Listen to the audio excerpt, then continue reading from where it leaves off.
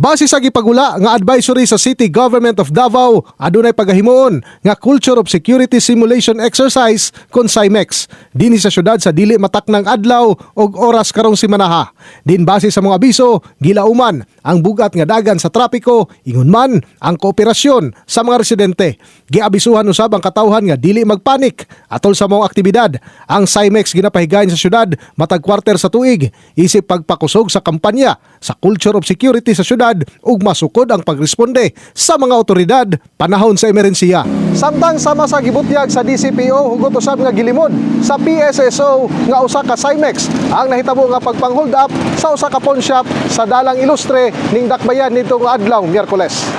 Sumala pa ni PSSO Head Angel Sumagaysay, base sa mong panghitabo, imposible nga usa kini ka CIMEX. Dili siguro kay nakita naman nato ang ang mga panghitabo pati ang gamit nila. Dili na. Una nang nagpagawasog abiso ang PRO 11 kalabot sa paghatag og reward aron madakpan ang mga nakasibat nga mga suspect sa maong pagpang-hold up.